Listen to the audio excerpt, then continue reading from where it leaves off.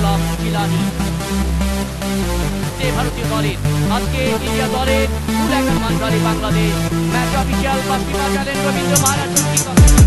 হলো এটা বাংলাদেশ ফার্স্ট চার পাঁচ দিকে টস পেনাল্টি বাক্সে মধ্যে দেবনে সম্ভাবনা রয়েছে সেই তাদের খেলা অসাধারণ রান পাচ্ছে এবং বাফুয়ের টেকনিক্যাল ডাইরেকশনের প্রথম কর্নার বাপায়ে শাউন হেড হলো কাতলে কিন্তু না প্রতিপক্ষ দলের রক্ষণভাগের খেলোয়াড় পাই বসে ক্রিকেট ছাত্র গাইবান্ধার ছেলে সেখান থেকে শাউন উনি অধিক চর্চা পান এবং নিজেকে মেনটেন করেন নিশ্চয়ই ভবিষ্যতে তিনি করবেন কাজী সামনে থেকে রহিম আলী তাকে পাস করেছিলেন কিন্তু হেড করে ক্লিয়ার করলেন ট্রাই হয়ে গেল আপনাদের জন্য আজকের ম্যাচে সরাসরি সম্প্রচার হচ্ছে আর আমরা এই কমিটি বক্সে বসে এই সিরিজ জেলা স্টেডিয়ামে মোহাম্মদ সালাউদ্দিন একটি জিনিস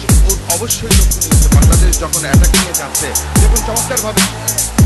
বাম প্রান্ত দিয়ে কিন্তু সেন্টার করেছেন হেড এবং গোল একটি সম্ভাবনা ছিল 20 মিনিটের মধ্যে অ্যাকশন রিপ্লেতে দেখুন কিভাবে বাংলাদেশ চমৎকারভাবে বাম প্রান্ত দিয়ে ঢুকে পড়েছিলেন ডি বক্সে চমৎকারভাবে সেন্টার করেছিলেন সেন্টার করবেন এবং করলেনও হেড করে কিন্তু চালে ঝুলিয়ে দেওয়ার একটি সম্ভাবনাও তৈরি হয়েছিল কিন্তু শেষ পর্যন্ত বাড়ির উইকেট আক্রমণে ইন্ডিয়া দুটিকে শট কিন্তু গোলরক্ষক ফয়সাল আহমেদকে দুয়ের সমন্বয় করলে এরাই হবে একটি বাংলাদেশ শূন্য ইন্ডিয়া শূন্য বাংলাদেশ আক্রমণে চমৎকারভাবে শাওনের উদ্দেশ্যে অ্যাকশন রিপ্লেতে দেখুন বেশ আচমকা কিক করেন কিক ছিল অত্যন্ত দুর্বল করার ফলে প্রতি আক্রমণে বাংলাদেশ একটা প্রচেষ্টা মোহাম্মদ শাওন ডান দিকে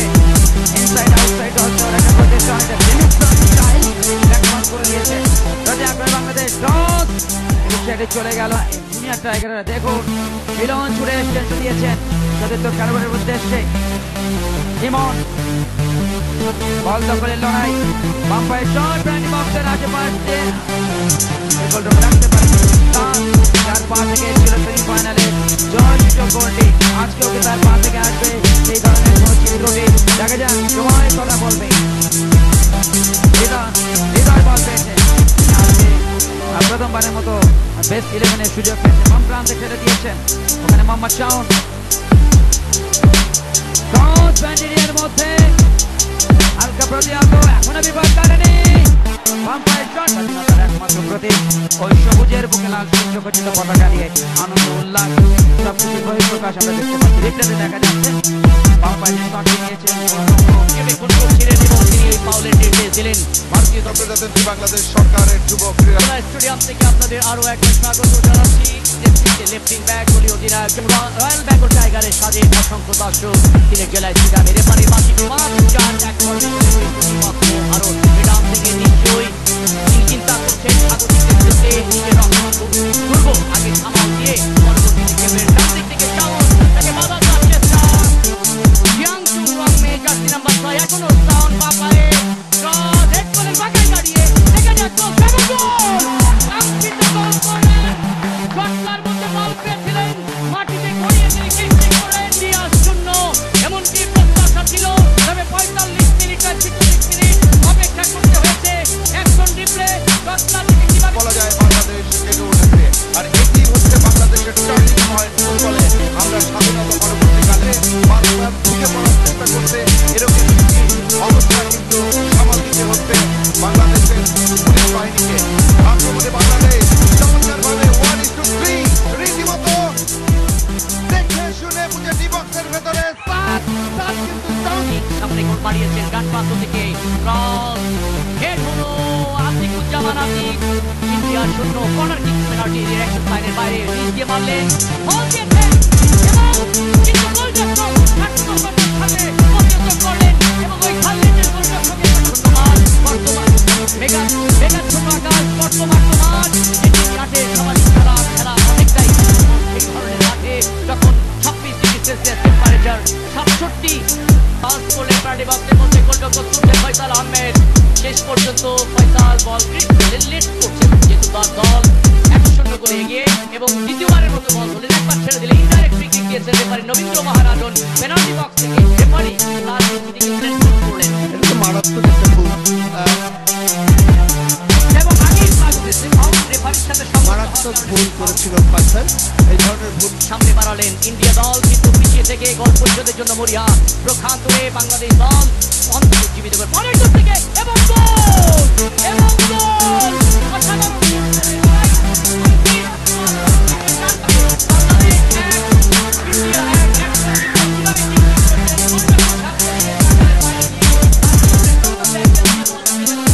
এবং ম্যাচে ফিরে আসলো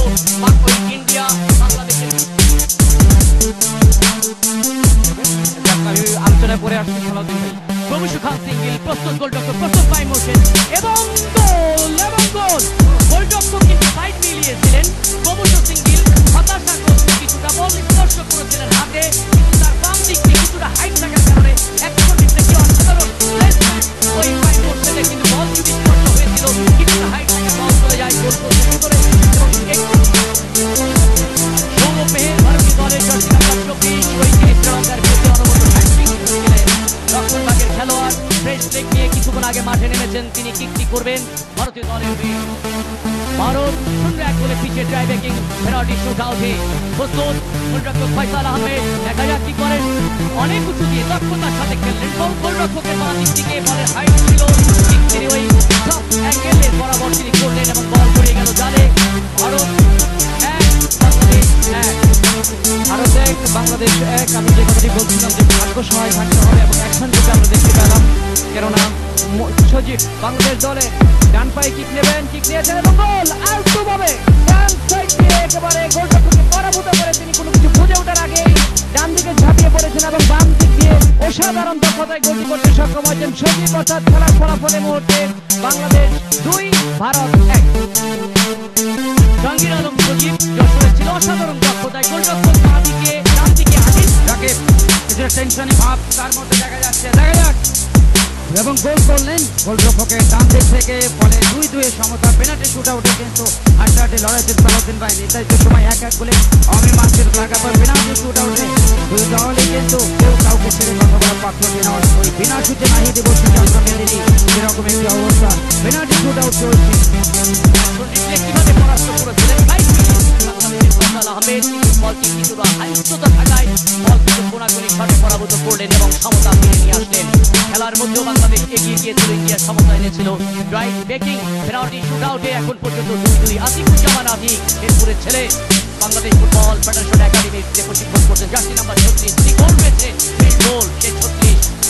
অসাধারণ দক্ষতায় গোলরক্ষক কিন্তু সেই গ্রুপ পর্বে তিনি গোলরক্ষকের বাঁ দিক থেকে বেরোছিলেন, আপনি কিন্তু গোলরক্ষক যখন বাঁ দিকে চলে গেলেন তার ডান দিক থেকে মাটিতে গড়িয়ে বলকে জালে গড়িয়ে দিলেন। বাংলাদেশ 3 ইন্ডিয়া 1। একসঙ্গে কিভাবে গোলরক্ষক আগেই ঠিক করেছিলেন এবং গোলরক্ষকের মুভমেন্ট দেখে আলতো পুষে গোলরক্ষকের ওই ডান দিক থেকে গড়িয়ে দিলেন।